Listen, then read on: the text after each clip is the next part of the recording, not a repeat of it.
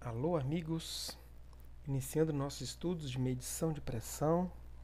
Agora que vocês já conhecem as unidades, o que é pressão relativa, manométrica, absoluta, vamos ver como se mede essa variável muito importante e mais medida em processos industrial.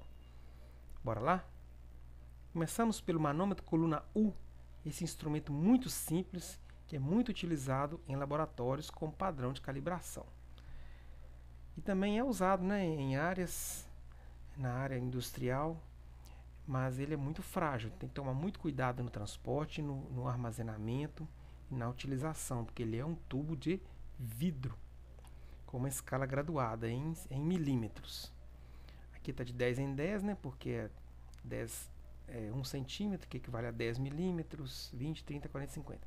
Então ele é preenchido com um líquido chamado fluido manométrico, que nada mais é do que uma água colorida. Já vi de azul, já vi de vermelho. E essa água, ela se desloca quando se aplica uma pressão.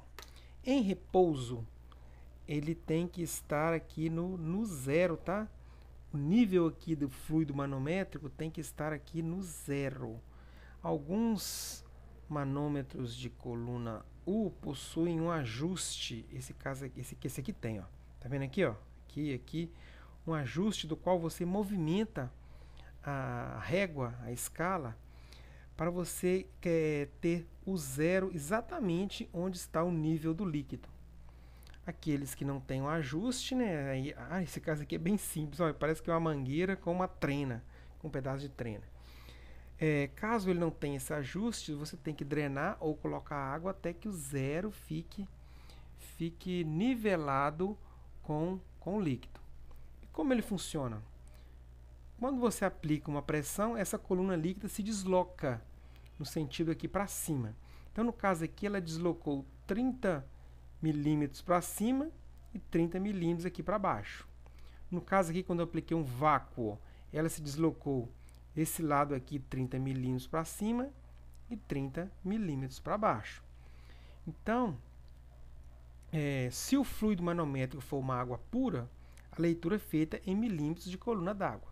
Neste caso aqui, qual que é a pressão aplicada nesse manômetro? 30 milímetros de coluna d'água? Não, é dobrado, tá? Porque ele se deslocou 30 para baixo e 30 para cima. Então a leitura é 60 milímetros de coluna d'água. Mesmo caso aqui do vácuo, Como o vácuo é uma pressão negativa, então no caso aqui é menos 60 milímetros de coluna d'água. Agora, se em vez de você ter água aqui, você colocar mercúrio, aí a leitura é feita em milímetros de Hg. Aí no caso aqui seria 60 milímetros de Hg. E aqui menos 60 milímetros de coluna de mercúrio.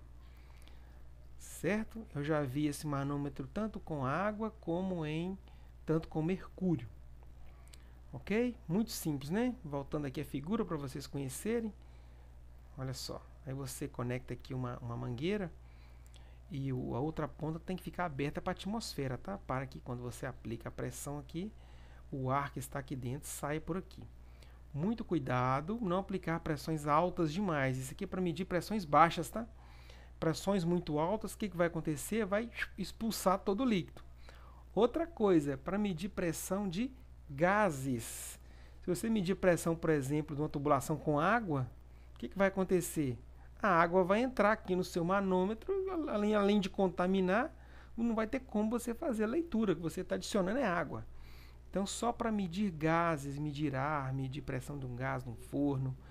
Então, para que o gás entre aqui, exerça uma pressão e desloque essa coluna d'água. Ok? E muito frágil, tá? Não pode cair no chão e tem que estar nivelado quando está sendo usado. Mas é um instrumento preciso, de fácil leitura e até de fácil construção, Esse aqui parece que é até caseiro. Certo? Então, vamos conhecer o próximo. Esse aqui é um manômetro coluna I, que ele tem apenas uma haste, tá? Só um tubo, e ele possui um reservatório. O reservatório ele é nivelado com zero, e Devido à área do reservatório ser maior, um pequeno deslocamento provoca um deslocamento bem maior no outro ramo, onde está a escala de leitura. Então aplica-se a pressão e eu tenho aqui um deslocamento desse fluido manométrico. Eu já vi essa coluna aí utilizando mercúrio, tá? Qual que é a diferença de você utilizar um manômetro coluna I para uma coluna U? Água ou mercúrio? O mercúrio, ele é um metal líquido. Então, ele é bem mais pesado do que a água. Então, você com a mesma pressão, você desloca bem menos com mercúrio do que com água. Então, para pressões maiores, é melhor utilizar a coluna de mercúrio. Para pressões mais baixas, a coluna de água. Ok? Porque o mercúrio é mais pesado, você precisa de mais pressão para poder movimentar o mercúrio nessa coluna. E para pressões muito baixinhas, muito baixas, de 1 milímetro, 2 ou 5 milímetros de coluna d'água, utiliza-se essa coluna inclinada.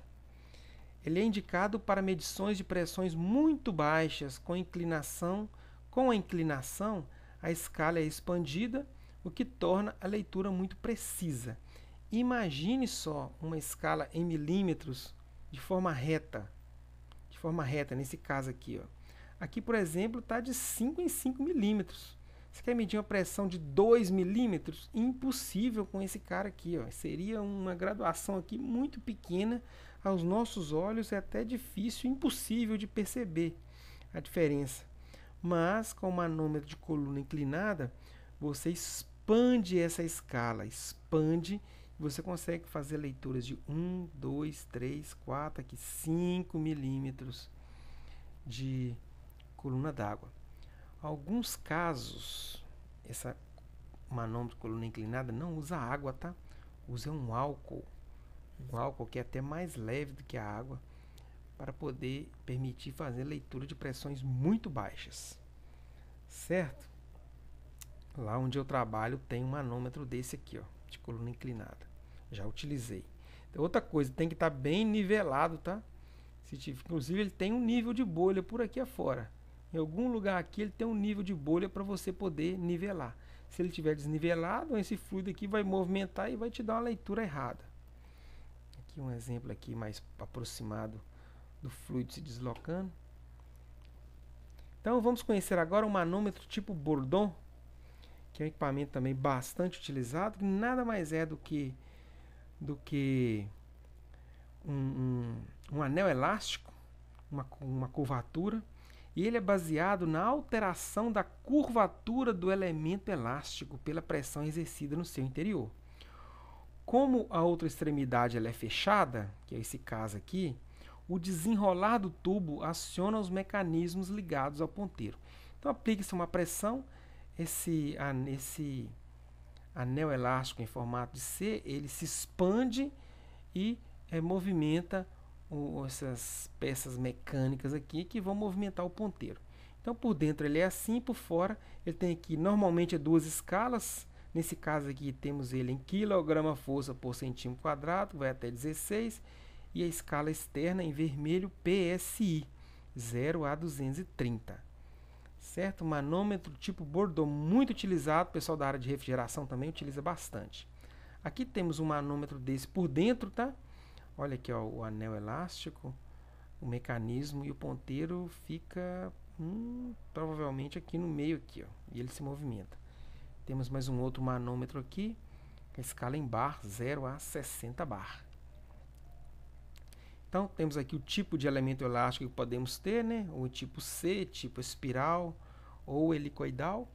E aqui temos um manômetro medindo a pressão de um gás na tubulação. Aqui temos, acho que 2 bar, tá? Esse adesivo vermelho aqui foi colocado para que você tenha uma visualização rápida, para ver se essa pressão está dentro dos limites. No caso aqui está no verdinho. Então você de longe, se esse ponteiro estiver na escala vermelha, você sabe que a pressão está ou menor ou maior. Tudo bem? Então é um instrumento muito simples. Outra coisa, alguns possuem uma tampinha para você preencher de óleo. é para ser aplicado em locais onde tem muita vibração. Muita vibração. Aí a vibração, sem esse óleo, a vibração pode danificar o mecanismo, danificar o ponteiro, além do ponteiro ficar vibrando, se movimentando o tempo todo. Certo? Até mais, pessoal.